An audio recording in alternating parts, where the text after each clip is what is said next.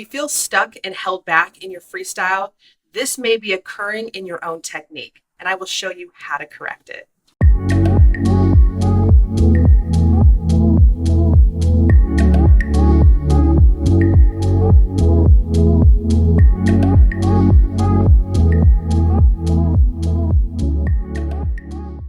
Hey swimmers, welcome back to the Swim Bites channel. I'm Coach Mandy, and today's quick tip video is highlighting what happens if you have zero rotation in your hips when swimming freestyle and how that can negatively impact your technique and how you move forward in the water.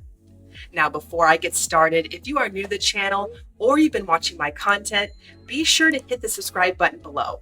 That way, not only do you support the channel, but you also stay notified for new and exciting content weekly. One of the main reasons why your legs can be dragging when swimming freestyle is a complete collapse from your core or the center of your body. As much as it's important to relax your legs, there still needs to be a level of core engagement to keep your legs extended and on the surface. When demonstrating this habit, the immediate feel that I have off the wall when I start to swim freestyle is complete relaxation from my center. You can see in this freeze frame here that there is an arch in my lower back. I am not engaging my core, and also what happens is my legs are relaxed, but because of the weight of my legs, I am unable to even rotate from my hips, and I feel an immediate drag in the water. So if this is happening in your own technique, especially for guys, your legs will sink even more dramatically.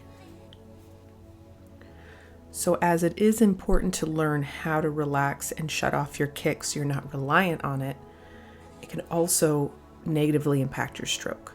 And what happens here is that when there's zero rotation from your hips, then your shoulders are trying to take over, and what will happen is there will be this progressive sinking of your legs, which will further make you drag, and also it becomes more difficult to breathe and move forward. So those that have watched my channel before, I have demonstrated really the opposite of freestyle, where kicking aggressively and trying to move your arms rapidly, which also wastes energy, but there's also this point, which is going the other way, which is being far too relaxed and not engaging in the correct areas of your stroke. And what happens is, as you see here, the legs continue to sink further. So think of it as channeled strength. It's not about being effortless. It's where your effort is channeled is what matters to help you stay efficient. So here I am just engaging my core. I have eliminated the kick just as much as the original demonstration. So there's no heavy kick. I'm doing one kick per stroke, or a 2-beat kick. And you can see that my body line is uninterrupted. It stays on the surface. Why?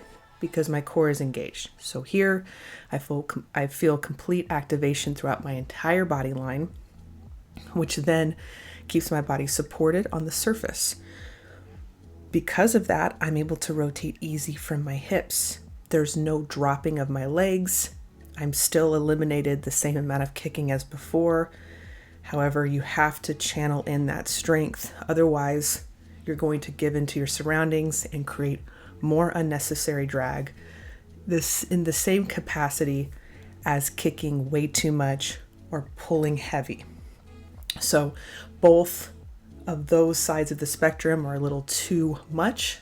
You want to actually bring it in and have balance in order to improve your efficiency and overall glide and swim easier. You can even see here, just by breathing, I'm in the right position to breathe because my body line's on the surface. And my body line's on the surface because I'm engaging from my center. I'm not collapsing. And ultimately, that's how you're going to stay on the surface for the long run, is you want to completely engage the body line.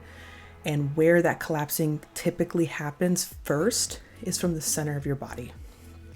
Once that collapsing happens from the center of your body, you'll feel immediate tension in either your arms independently or both your arms and your legs.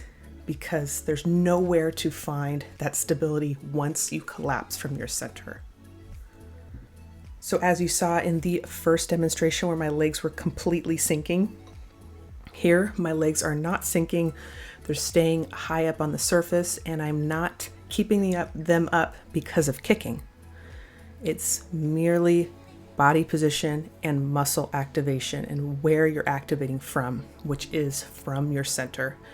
And as long as that's happening, you'll be able to position your body line much higher, and it's just much easier, and also it's a lot more sustainable. The same muscle activation you feel in this position would be the same or similar to a side plank or side bridge in the gym. It's not a heavy engagement, it's just enough to keep your body line nice and toned.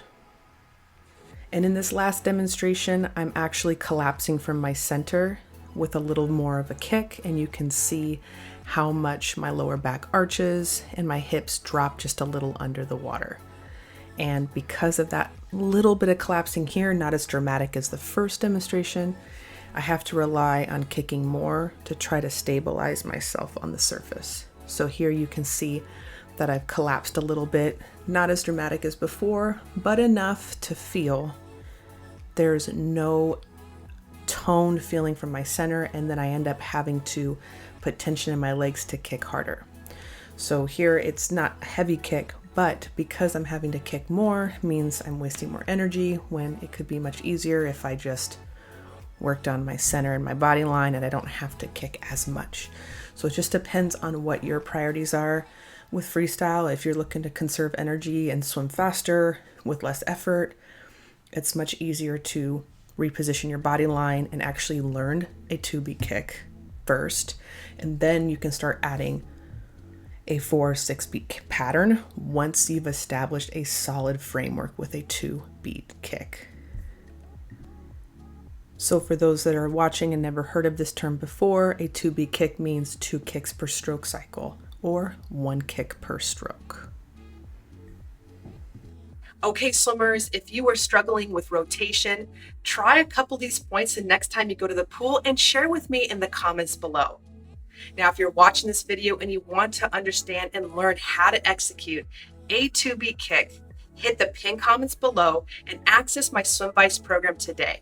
I have specific courses with detailed drill progressions to not only help you execute a 2-beat kick, but also stay aligned and streamlined on the surface of the water. Also, you can visit swimvice.com for more resources to help with your swim training. All right, swimmers, enjoy your practice, and I will see you all next week.